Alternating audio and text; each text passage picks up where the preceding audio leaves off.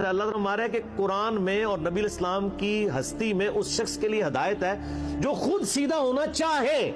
اس کا مطلب کیا ہے کہ یہ اللہ نے رول بنا دیا، جو خود سیدھا ہونا نہیں چاہے گا اسے اللہ بھی سیدھا نہیں کرے گا۔ تو یہ جو آپ نے کہانیاں کرائی ہیں، دعا کرو جی اللہ توفیق دے دے، یہ کوئی چیز ہی نہیں اسلام کے اندر۔ اللہ نے توفیق اس کو دینی ہے جس نے کوشش کرنی ہے، اور اللہ کے فضل سے جب آپ کوشش کرتے ہیں نا تو توفیق آپ کو مل جاتی ہے۔ آج تک کسی نے یہ نہیں کہا دیا دعا کرو ارادہ ہے کہ بس کار جا کے میں روٹی کھانی ہے تو میں کامیاب ہو جاؤں، وہ کھانی ہوتی ہے۔ بندہ ٹوائلٹ میں جا رہا ہو، کسی نے کہا جی یہ دعا کرو ارادہ ہے کہ میں نے جا کے ابھی پیشاب کرنا ہے تو میں کامیاب ہو جاؤں، حالانکہ یہ بہت بڑی چیز ہے کہ کامیاب ہو جائے۔ جن کے پیشاب بند ہوئے ان سے ذرا پوچھیں، ایون بزرگوں کے بھی جب پیشاب بند ہوتے ہیں نا وہ بھی آغا خان لے کے جاتے ہیں ان کو۔ یہ لادہ بات ہے کہ آپ کے پیشاب بند ہوتے ہیں آپ کو مزار پہ لے کے جاتے ہیں، اور مزار پہ جو بزرگ بیٹھے ہیں جب ان کا پیشاب بند ہوتا ہے تو وہ مہنگے ترین ہاسپٹل میں جاتے ہیں۔ ایسے یہ کیوں ہوتا ہے جی؟ آج تک آپ نے سنا ہے کہ کسی بزرگ کے بیمار ہونے پہ اسے کسی دوسرے بزرگ کے مزار پہ لے کے جائیں؟ بلکہ وہ تو مہنگے مہنگے ہاسپٹلز میں علاج کرا رہے ہوتے ہیں، اور وہ تو ہمیں تب پتہ چلتا ہے جب وہ ویڈیوز چڑھتی ہیں کہ جی وہ فلاں ہاسپٹل میں فلاں کی بھی عادت کے لیے حاضر ہوا، فلاں بھی عادت کے لیے حاضر ہوا۔ مجھے یہ بڑی حیرانگی ہوتی ہے کہ یہ لوگ تو ہمیں مشورہ دے رہے ہوتے ہیں کہ فلاں جگہ جائیں، خود یہ ہاسپٹلز میں کیوں جاتے ہیں جب پیشاب بند ہو جاتا ہے؟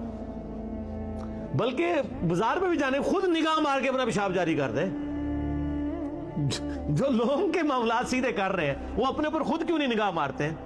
وہ کہانیاں، ساری کہانیاں، سب کہانیاں چل، اس سے کچھ بھی نہیں ہونا، یہ سب کچھ جھوٹے انہوں نے لبادے اپنے اوپر ہوئے۔ بل اس کے اوپر ہے اللہ ہمارا میں اسے ہدایت دوں گا جو سیدھی راہ پہ چلنا چاہے۔ اسی کا کلائمیکس ہے انا ہدیناہ السبیل، ہم نے سیدھا راستہ دکھا دیا ہے، اما شاکرا و اما کفورا، اب تمہاری مرضی ہے ناشکری کی روش اختیار کرو یا شکر گزاری کی۔ یعنی میرے پہ نہیں رہنا کہ میں کنوں پکڑ کے تو مسجد ہی پہنچانا ہے کہ بھی اذان ہوئی ہے تو آپ خود بخود آپ کے قدم مسجد کی طرف چل پڑے، ایسے کوئی نہیں ہونا۔ ایسے ہونے لگ پڑے پھر جنت بھی نہیں تھی نا ملنی۔ جنت تو ہے ہی آپ کی اپنی چوائس کے اوپر ہے۔ اور سورہ العنکبوت کی جو آخری آیت ہے والذین جاہدوا فینا، جو لوگ کوشش کریں گے ہماری راہ میں، لنہدینہم سبلنا، ان کے لیے ہم اپنی راہیں کھولیں گے، وَإِنَّ اللَّهَ لَمَعَ الْمُحْسِنِينَ، اور اللہ تعالیٰ محسنین نیکوکاروں کے ساتھ ہے۔ تو جو کوشش نہیں کرے گا کچھ بھی نہیں ہونا اس کے ساتھ۔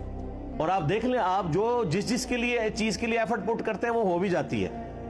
کوئی بہت ایسا مسئلہ ہو جو آپ کے قابو سے باہر ہو جائے، لادہ بات ہے۔ آپ نے جو اپنی زندگی میں جن چیزوں کے لیے ایفرٹ کی ہوئی ہے نا، وہ اکثر چیزیں آپ کو مل ہی جاتی ہیں، اور جن چیزوں کو آپ نے کیجول لیا وہ پھر کیجول ہی رہتی ہیں۔ مجھے بتائیں اس کائنات میں سب سے قیمتی چیز کون سی ہے؟ ایمان۔ تو آپ یہ سمجھتے ہیں کہ وہ ایمان جو ہے وہ سب سے سستے طریقے سے آپ کو مل جائے گا؟ انگلش میں ایک محاورہ ہے کوالٹی نیور کمز چیپ، معیار اور کوالٹی کبھی سستی نہیں ملتی۔ تو اس کائنات میں سب سے معیاری چیز ایمان ہے، وہ آپ کو سستا ملے گا۔ یہ وہ ٹکٹ ہے جس کے اوپر آپ کو جنت میں ہمیشہ کی زندگی ملنے والی ہے۔